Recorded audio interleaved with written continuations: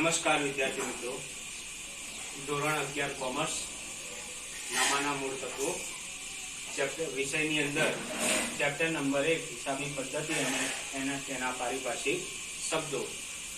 તો મિત્રો, પારિભાષિક શબ્દો વિશે આપણે અગાઉના વિડીયોમાં 5 પારિભાષિક શબ્દો વિશે સમજ્યા હતા, જવાબદારી સુધી.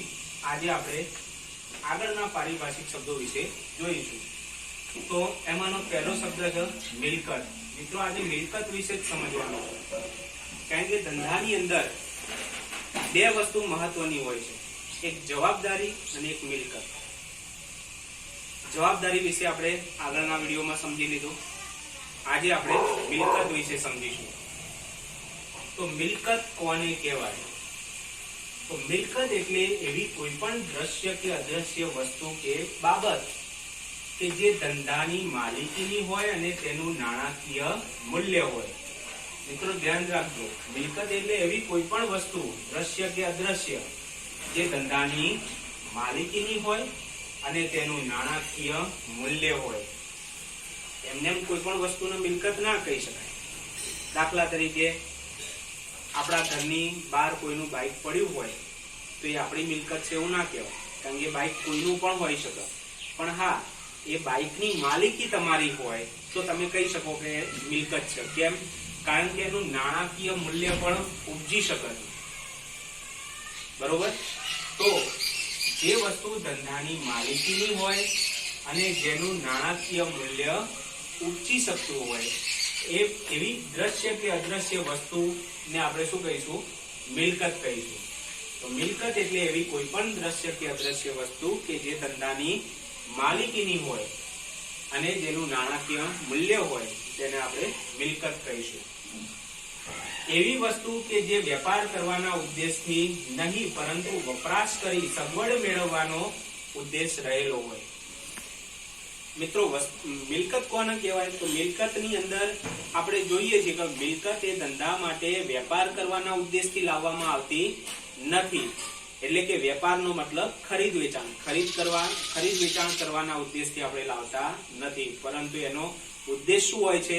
તો ધંધાકીય એકમમાં એનો વપરાશ કરી સગવડ મેળવવાનો ઉદ્દેશ હોય છે.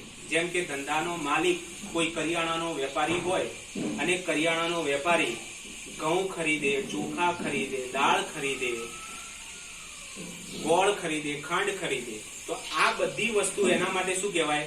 માલ કહેવાય, મિલકત કહેવાય નહીં.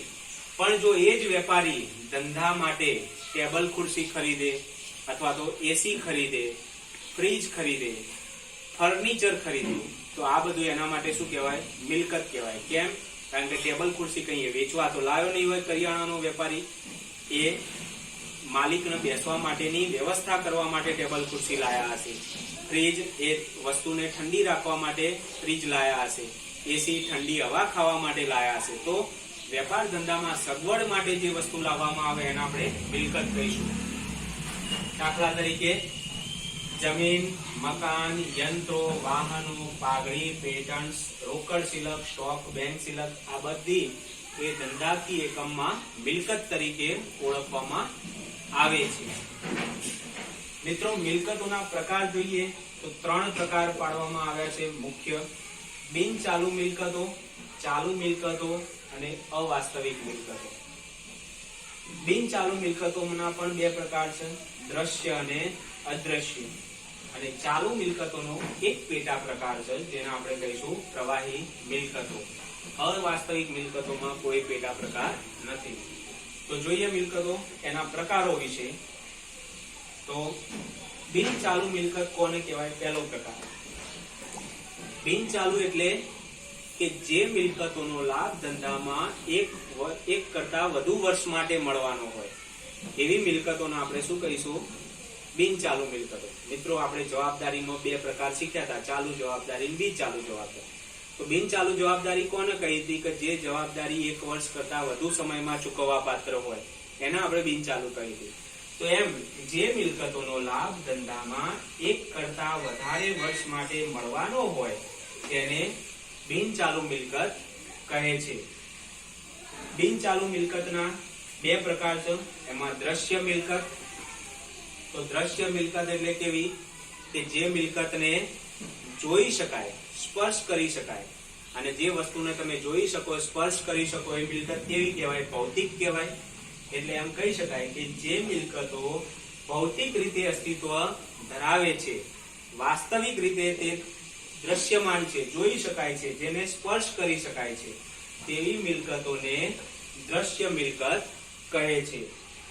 તો દ્રશ્ય મિલકતોમાં એક્ઝામ્પલ તરીકે જોઈએ તો જમીન જોઈ શકાય, સ્પર્શ કરી શકાય, મકાન, પ્લાન્ટ, યંત્રો, વાહનો, આ બધી મિલકતો બિનચાલુ મિલકતો તો કહેવાય જ, પણ સાથે કેવી મિલકતો કહેવાય? દ્રશ્ય મિલકતો પણ કહેવાય.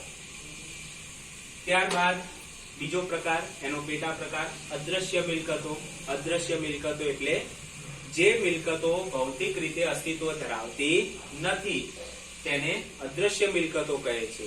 ભૌતિક રીતે અસ્તિત્વ ધરાવતી નથી મતલબ કે એને તમે જોઈ શકતા નથી કે સ્પર્શ કરી શકતા નથી, તો એવી મિલકતોને અદ્રશ્ય મિલકતો કહે છે. દાખલા તરીકે 11મા ની અંદર આ ચાર જ અદ્રશ્ય મિલકતો મોટા ભાગે વધુ પૂછાતી હોય છે. પ્રશ્ન પૂછાય કે અદ્રશ્ય મિલકતો જણાવો તો આ ચાર નામ લખી શકાય. કયા? પાઘડી, પેટન્ટ, ટ્રેડમાર્ક અને કોપીરાઇટ. આના વિશે આગળ આપણે સમજવાનું જ છે, એટલે હાલ પૂરતા નામ યાદ રાખીશું. ત્યારબાદ આપણો બીજો પ્રકાર ચાલુ મિલકતો. તો ચાલુ મિલકત કોને કહેવાય? બિનચાલુ નો મતલબ શું હતો? કે જે મિલકતનો લાભ ધંધામાં એક કરતા વધુ વર્ષ માટે મળતો હોય અને જેનું નાણાકીય મૂલ્ય હોય, કારણ કે મિલકતમાં નાણાકીય મૂલ્ય તો હોવાનું જ છે, ત્યારે જ એનો મિલકત કહેવાય છે, એટલે લખવાની કોઈ જરૂર નથી. તો ચાલુ મિલકત કોને કહીશું? તો જે મિલકતનો લાભ ધંધામાં 1 વર્ષ કે તેથી ઓછા સમય માટે, 1 વર્ષ કે તેથી ઓછા સમય માટે મળવાનો હોય તેને ચાલુ મિલકત કહે છે. મિત્રો, ચાલુ મિલકત એટલા માટે કહેવાય કે એ મિલકતોનું રોકડમાં રૂપાંતર થઈ શકે છે. રોજબરોજના વ્યવહારો માટે આવી મિલકતોનો ઉપયોગ કરવામાં આવે છે. આવી મિલકતો એ રોજબરોજના વ્યવહારોમાં ઉપયોગમાં લેવાય છે. દાખલા તરીકે રોકડ શિલક, બેંક શિલક, કાચા માલનો સ્ટોક, તૈયાર માલનો સ્ટોક, દેવાદાર, લેણી ઊંડી. તો મિત્રો, તમે વેપાર ધંધાની અંદર જાણતા જ હશો કે જ્યારે કોઈ પણ વ્યવહાર થાય ત્યારે રોકડેથી અથવા તો ચેકથી તમે વ્યવહારના નાણાં ચૂકવો છો અથવા તો મેળવો છો. તો એ રોજે રોજના વ્યવહારોમાં એનો ઉપયોગ થાય છે, માટે એને શું કહેવાય? ચાલુ મિલકત. કાચો માલ, તૈયાર માલ, માલ વેચશો તો માલમાં ઘટાડો થશે, માલ ખરીદશો તો માલમાં વધારો થશે. તો રોજે રોજના વ્યવહારમાં આ મિલકતોનો ઉપયોગ થાય છે. જો તમે શાક ઉપર વેચશો અથવા ખરીદશો તો દેવાદાર અને લેણદારનો સંબંધ ઉભો થશે. તો આમ આવી મિલકતો જે ચાલુ મિલકતો છે એ મિલકતો રોજબરોજના વ્યવહારો માટે ઉપયોગમાં લેવાય છે. ત્યારબાદ ચાલુ મિલકતનો પેટા પ્રકાર પ્રવાહી મિલકત. તો પ્રવાહી મિલકત કોને કહેવાય મિત્રો? તો પ્રવાહી મિલકત એ ચાલુ મિલકત જ છે, પણ સ્ટોક સિવાયની. તો વ્યાખ્યામાં એમ લખી શકીએ કે ધંધામાં સ્ટોક સિવાયની ચાલુ મિલકતોને પ્રવાહી મિલકતો કહે છે. ધંધાની જે સ્ટોક હતો, કયો? આ કાચા માલનો સ્ટોક અને તૈયાર માલનો સ્ટોક, સ્ટોકને કાઢી દો તો આ સિવાયની મિલકતો, રોકડ શિલક, બેંક શિલક, દેવાદાર, લેણી ઊંડી, આ બધી મિલકતો એ કેવી મિલકતો કહેવાય? પ્રવાહી મિલકતો કહેવાય. કેમ? કારણ કે પ્રવાહી મિલકતનું ટૂંકા ગાળામાં તમે ઝડપથી રોકડમાં રૂપાંતર કરી શકો છો.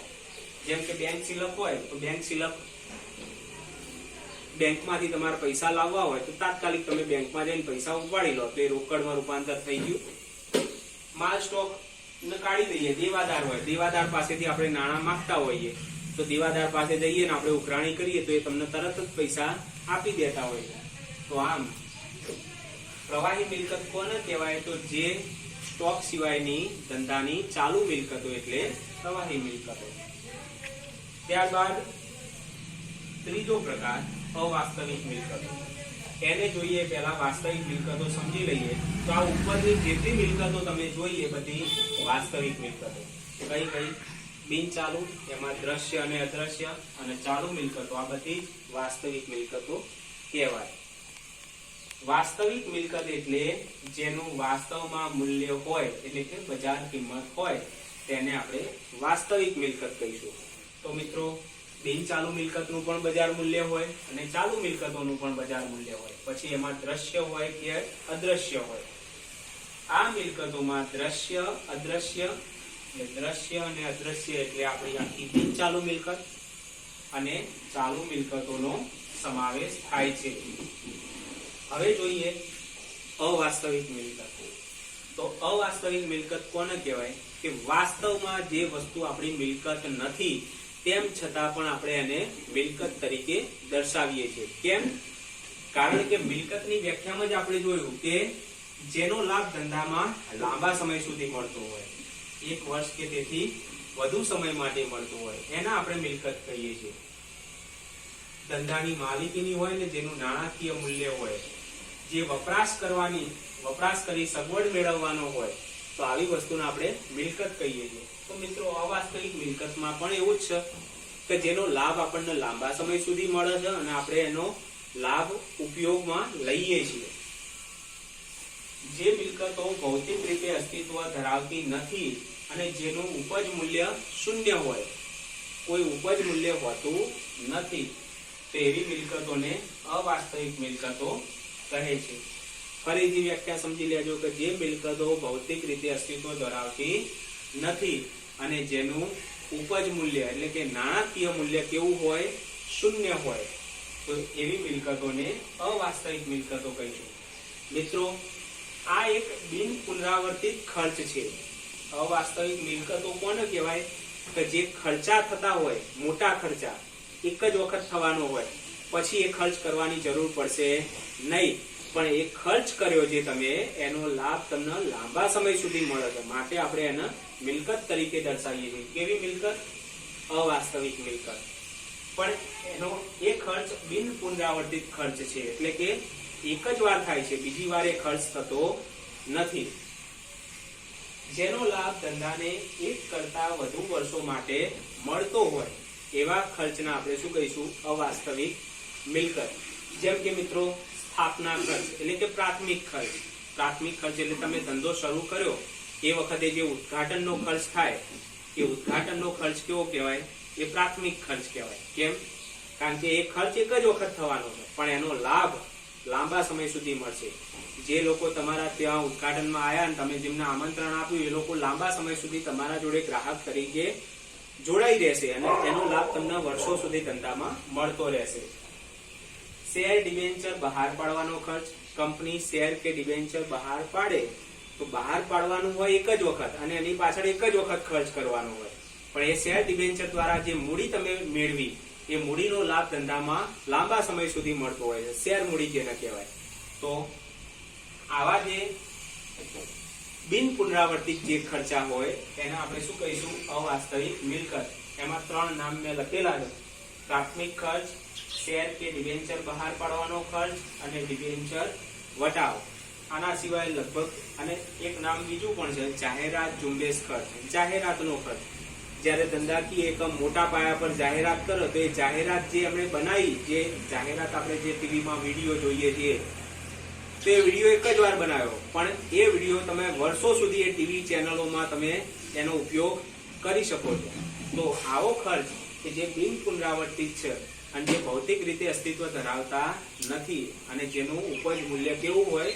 શૂન્ય હોય, તેવી મિલકતોને અવાસ્તવિક મિલકતો કહે છે. થેન્ક યુ મિત્રો.